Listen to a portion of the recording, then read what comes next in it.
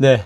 그 상권을 이렇게 분류를 해서 이제 군집 1번 낮 시간대 매출이 일어나는 곳들이죠. 그 오전 11시 때 매출이 급격히 상승을 해서 오후 5시 때까지 매출이 일어나는, 여러분들이 이제 아파트 단지에 가시면 아파트 단지에 있는 상가들이 이런 소비 패턴을 갖고 있다, 이렇게 생각을 하시면 됩니다. 자, 이러한 곳들의 이제 그 평당 수익에 대한 업종들 분석을 한 내용인데요. 이 평당 수익을 어떻게 제가 조사를 했냐면, 평당 수익은 알 수가 없잖아요. 그죠? 매출 자료도 없고 그 면적도 다 정확히 알 수가 없으니까 평당 수익을 계산할 수 없지만, 이제 임대료는 제가 조사를 할 수가 있었죠.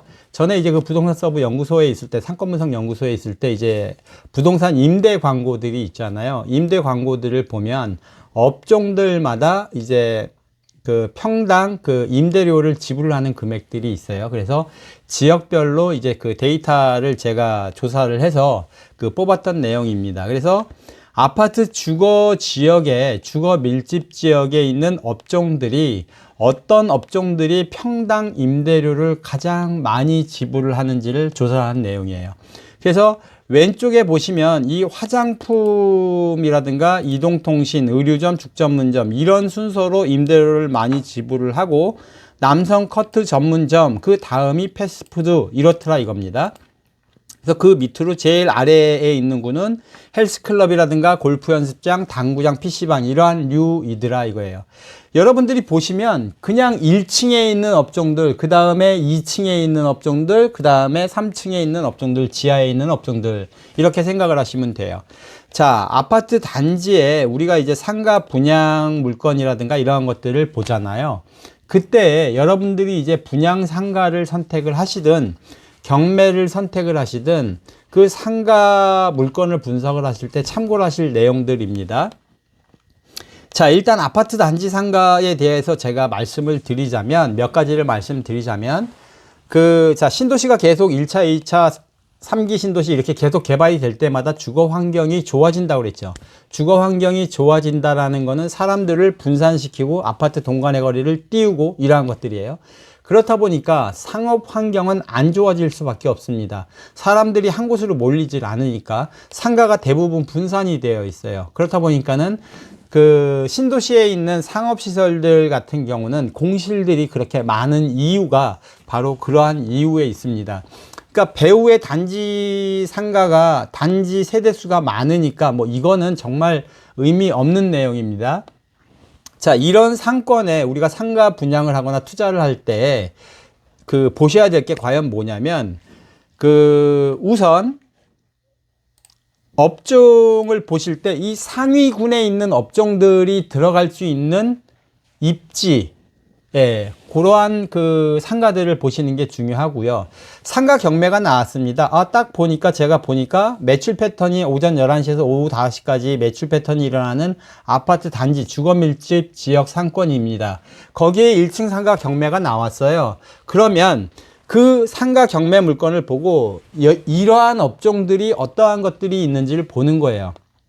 그럼 예를 들어서 여기에 죽전문점이 없네? 그러면 얼른 전화를 해야 되겠죠. 본죽에다 전화를 해봐야 되겠죠. 여기 본죽 들어올 수 있나요? 뭐 이러한 것들을. 그리고 이러한 업종들이 없으면 이러한 업종들 중에서 찾으시라 이거예요. 첫 번째로는 브랜드를 찾으세요. 브랜드. 예, 피자집이 되었던 뭐 치킨이 되었던 브랜드를 찾으시고요. 아파트 신도시가 상가가 아무리 뿔뿔이 흩어져 있어도요, 여러분들이 치킨 먹어야지 하면 브랜드 선택해서 전화를 하지, 가다가 있으니까 이거 시켜 먹는 거 아니잖아요. 뿌링클 먹어야죠, 뿌링클. 그러니까 사람들이 브랜드를 보고 선택을 하니까 그 브랜드들은 사실은 약간 빠져 있는 자리에 있어도 상관이 없어요. 예. 그렇기 때문에 브랜드를, 경매 물건이 나오면 1층 상가, 주거 지역에 1층 상가 경매 물건이 나오면 그 주거 지역에 있는 업종들 중에 없는 브랜드를 찾으시면 돼요. 그래서 그 브랜드가 잘 될지 안 될지, 그러한 것들 상권 분석을 사실 제일 잘하는 사람들이 누구냐면은요, 제과점 입지평가 누가 제일 잘하겠어요? 제과점을 제일 많이 오픈을 시켜본 분이 제일 잘해요. 편의점 편의점 그 본사에 근무하시면서 편의점을 오픈을 제일 많이 시킨 분들 있잖아요. 그분들이 제일 잘해요. 매출 예측 시스템, 상권 분석 시스템. 저는 이제 저도 상권 분석가이지만 상권 분석을 하면서 이제 그 프랜차이즈 본사에서 매출 예측 시스템을 만들고자 하는 욕구가 상당히 많습니다. 매출 예측을 어느 정도 좀 할 수 있으면 하는 그런 시스템을 만들고자 하는데, 그걸 제일 먼저 시도를 했던 곳이 롯데리아입니다. 한 20년 전 얘기인 것 같아요. 20년 전에 롯데리아에서 매출 예측 시스템 개발을 하는데, 매출 예측 시스템 개발을 하면서 보니 참 어려운 점이 뭐냐면은요, 전국에 있는 아파트 단지 매출만 쫙 뽑으면 그 매출 예측을 하기가 정말 쉬워요. 왜냐면 같은 상권이잖아요. 아파트 상권. 규모만 틀려질 뿐이지. 그러면 매출 예측을 하기가 쉬운데, 어려운 곳이 어떤 곳이냐면 복합 상권들입니다. 특히 테마 빌딩이 있는 곳들.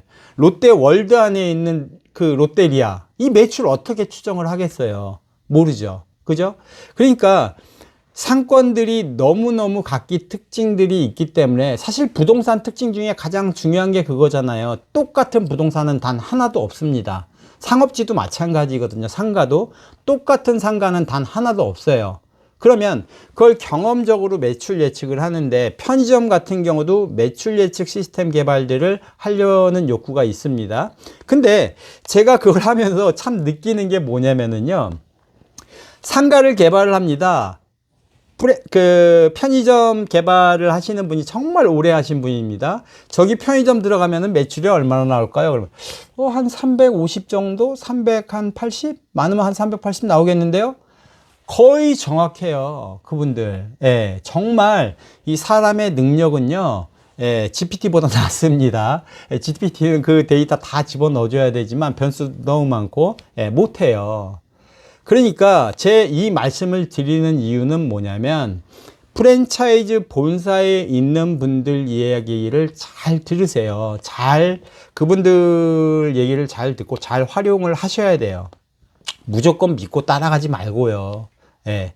그래서 그 업종들 투자를 하실 때 주거 상권에서는 일단 이러한 업종들을 보셔야 되고, 여기서 이제 우리가 관심 있게 볼 게 2층에도 있는 업종이죠. 내가 주거 지역에 갔는데 1층에는 미용실이 없고 2층에만 있더라. 이거는 공급률 자체가 낮다라는 것입니다. 상가 공급률 자체가. 1층에 있어도 되고 2층에 있어도 되는 업종들이 있어요. 미용실이라든가 아니면은 남성 커트점이라든가 맥주 전문점이라든가 이러한 것들인데요. 이러한 것들이 다 위층으로 올라가 있다. 그 이야기는 뭐냐면 그 상권이 상당히 실한 거예요. 상가 공급이 많지 않은 것입니다. 상가 공급이 많지 않기 때문에 1층에 들어갈 것들이 꽉 차버리는 거예요. 그러니까 1층에 들어가는 것 중에 수익을 덜 내는 업종들이 위층으로 올라가는 거예요. 다시 말씀드리면 우량한 상가란 말이에요. 아시겠죠? 그래서 그 평당 수익이 높은 업종들 순으로 이렇게 쭉 보시면 되고, 또 이제 그 지하에 들어가도 되는 업종들이 있죠. 예, 지하에 들어가도 되는 업종들이 골프 연습장이라든가 헬스클럽이라든가, 물론 이제 요즘은 이제 공실이 워낙 많다 보니까 위층으로들 많이 올라가시지만 PC방이라든가 당구장, 노래방, 유흥주점 뭐 이러한 형태들입니다. 주거 지역에서는 사실 유흥주점 같은 경우가 상당히 들어가기가 어려운데, 주거 밀도가 높고 뭐 역세권이고 뭐 이러한 곳들인 경우는 이제 또 그 유흥주점들도 들어가는 경우들이 많이 있습니다.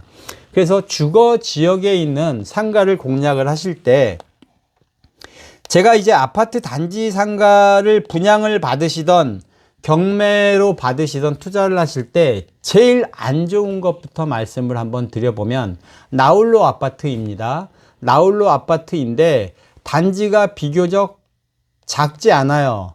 작지 않은데 1층에 상가가 여러 개가 만들어져 있을 거 아니겠어요? 그럼 그 안쪽에 있는 자리에 1층 상가들 정말로 그 감정 가격만 많이 올라가 있고요. 예. 그 장사를 하는 데는 정말로 도움이 안 되는 상가가 바로 그러한 것들입니다. 그리고 단지 상가들이, 단지에 있는 주상복합 상가들이 대부분 외부로부터 직접 이렇게 그 상가가 문이 터져 있는 경우들이 그렇게 많지가 않아요. 그렇다 보니까 한 단지로, 한 입구로 들어가서 안에서 소비를 해야 되는 형태들은 정말로 어려움을 많이 겪고 있죠. 영등포라든가 뭐 다른 곳들도 마찬가지로 이 나홀로 아파트들이 크게 짓는 거, 상가들, 상당히 위험합니다. 상당히 위험하고요. 그리고 이제 그 상가 투자에서 이제 테마 빌딩들도 참 위험한 점이 많죠. 테마 빌딩들도, 뭐 테마 빌딩에 대해서는 제가 할 얘기가 너무 많기 때문에 나중에 따로 제가 테마 빌딩만 한번 공략을 하는 방법에 대해서 말씀을 드리고요. 이 아파트 주거단지에 있는 상가들이 경매가 상당히 많이 나옵니다. 그 제가 이렇게 경매 물건들을 보면 프랜차이즈 본사에서는 그 개발을 하려고 많이 노력들을 많이 해요. 좋은 브랜드들도 그 오픈을 하려고 하는 곳들이 많이 있습니다. 그래서 그 브랜드들을 매치를 하는 게 매우 그 큰 도움이 되고요. 상업시설 같은 경우는, 땅값 같은 경우는 제가 전에 한번 말씀드렸습니다만은 교통이 발달을 해서 땅값이 오르고, 전철 개통해서 땅값이 오르고, 뭐 이래서 땅값이 오르지만, 상가 같은, 아니, 그 상업시설 같은 경우는요, 토지, 땅 같은 경우도 한번 생각해 볼까요? 토지 같은 경우도 그린벨트예요. 예를 들어서 도로변에 있는 그린벨트.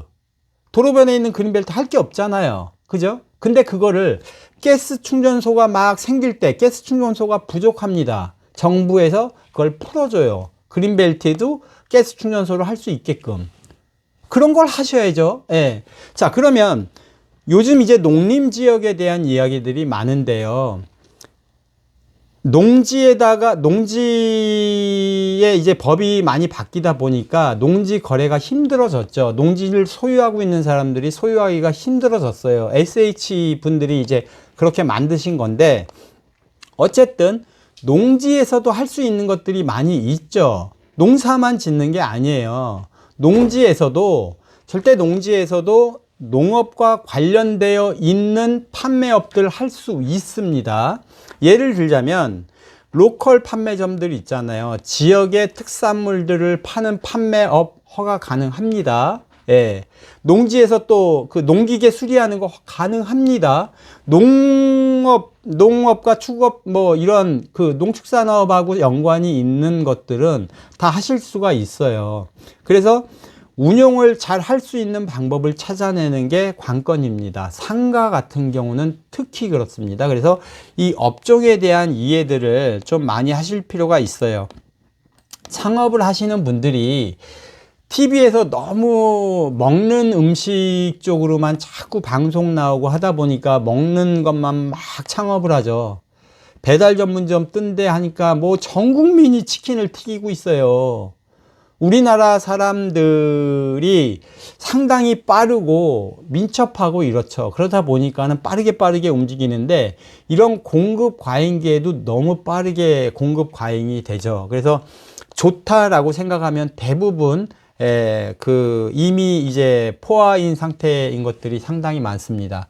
저도 유튜브를 찍고 있습니다만은 제가 이제 그 지난 기사들을 상당히 많이 봐요. 예를 들자면 유튜브도 뭐 2년 전, 3년 전에 찍은 유튜브들을 보시면 그때 어떤 말을 했었는지 그 사람들을 보실 수가 있을 거예요. 기사들도 마찬가지입니다. 애널리스트들이 참 두려워하는 면인데요. 복귀하는 거 되게 싫어하죠. 왜냐면 애널리스트들, 저도 이제 분석가입니다만은 분석한 내용들을 막 설명을 하는데 그걸 몇 년이 지나고 난 다음에 이걸 다시 본다. 두려운 일이죠. 두려운 일이죠. 그래서 그러한 것들을 한번 보세요. 보세요. 요즘 유튜브에서 보시면 이제 일본이 왜 이렇게 뭐 주가가 상승을 하느니 어쩌느니 막 떠드는데, 유튜브에 보시면은요, 일본이 몰락하는 얘기들 아주 막 수두룩 빽빽이에요. 일본 뭐 답이 없느니 뭐 이런. 근데 또 이제 일본 이미 엔화 가치도 뭐 엔화 투자도 너무 많이 늘고 있고 주식 투자도 너무 많이 늘고 있고 뭐 이런 상황이죠. 자, 하여튼 여러분들이 그 두 번째 시간에는, 다음 시간에는 제가 이제 그 오피스 상권의 매출 패턴에서 평당 수익을 가장 많이 지불하는 업종들에 대해서 알아보도록 하겠습니다. 여러분들이 유튜브라든가 정보를 취득을 하실 때 정보를 잘 취득을 하시는 게 좋습니다. 정보에 대한 속성을 여러분들이 잘 이해를 하셔야 돼요. 정보는 가장 많은 사람들이 볼 때 가장 값어치가 없는 정보입니다. 네, 감사합니다.